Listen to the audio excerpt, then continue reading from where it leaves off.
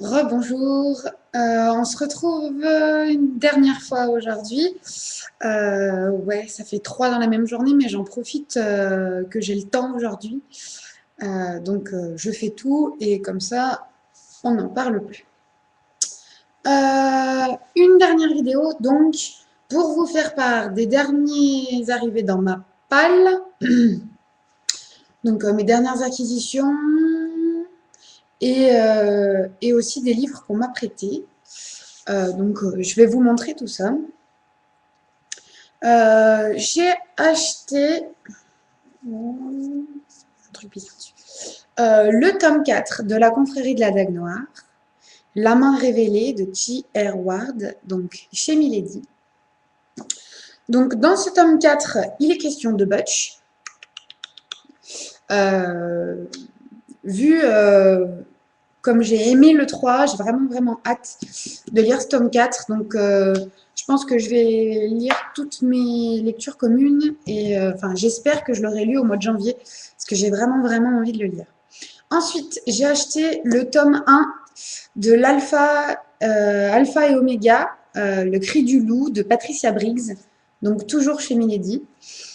Donc on est un peu dans l'univers de Mercy Thompson, sauf que là, en fait, l'action se passe tac, tac, tac, chez le Maroc. Voilà. L'homme qui a élevé Mercy Thompson. Et on va faire la connaissance de son fils, Charles, et d'une jeune louve qui s'appelle Anna. Voilà. Ensuite, j'ai acheté le tome 2 du Journal d'une princesse de Meg Cabot. J'aime bien cette édition, je trouve que c'est joli. C'est alors, c'est les éditions Hachette dans la collection Planète Fille.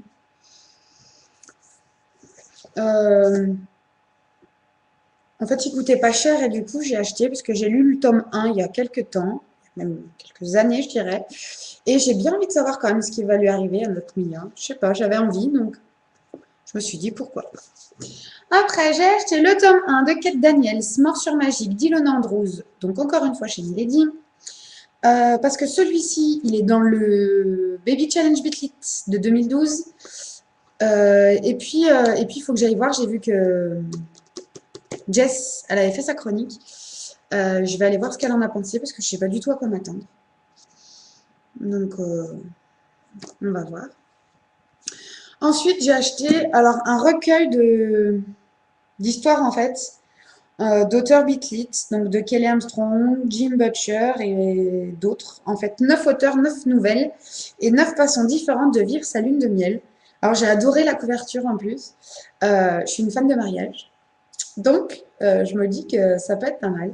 Lune de miel, lune de sang, donc chez Milady. Alors, hop, je vais essayer de vous montrer la cover. Voilà, vous voyez, c'est trop beau. Hein. C'est trop beau. Donc je me dis que même si je le lis pas en entier et que je lis nouvelle par nouvelle, eh ben ça sera bien. Voilà, parce que ça me fait bien. Après, j'ai acheté deux livres du même auteur, un auteur que j'aime bien, Mathias Malzieu. Euh, j'ai acheté 38 mini-westerns avec histoire de fantômes. En fait, celui-là, je l'avais déjà en poche et j'ai trouvé la version grand format, pas cher du tout. Et j'ai acheté la version grand format parce que je trouve qu'ils sont trop beaux ces livres. Donc en fait, c'est des petites histoires. Hein, et il y a des petites. En fait, c'est des toutes petites histoires qui font 2 pages. Et en fait, dedans, il y a plein d'illustrations, il y a plein de dessins. Euh, et c'est trop beau. Trop beau. Et le deuxième, c'est Métamorphose en bord de ciel.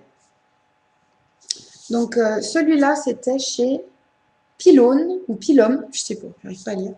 Et là, c'est chez Flammarion. Alors, déjà, le détail qui tue, j'aime bien là. Alors, je sais pas si je vais essayer de vous mettre en. Vous puissiez voir.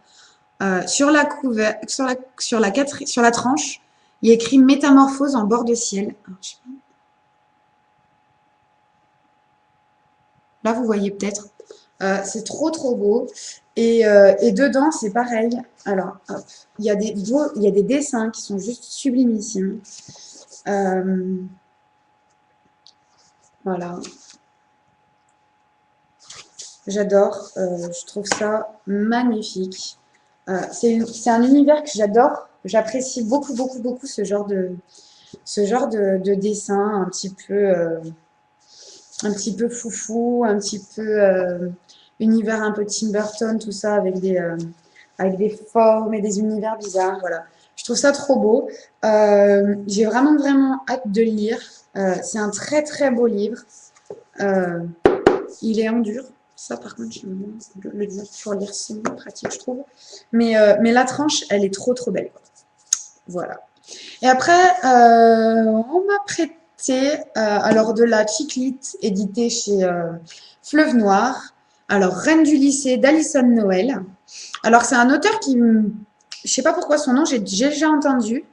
Alors, c'est peut-être sur la chaîne soit de French Orchidea, soit de Booking Woman, je sais pas. Dites-moi si jamais. Mais je sais que son nom, j'ai déjà entendu. Donc, ça doit être une histoire d'ado, enfin, un truc comme ça. Donc, pour passer un bon moment, ça va être marrant. Et alors, un livre d'un auteur que j'ai très envie de découvrir depuis que French Orchidea en a parlé, Le Cercle de Salem de Jodi Picou. Je sais qu'elle a lu un livre de cet auteur, j'arrive pas à me souvenir du titre.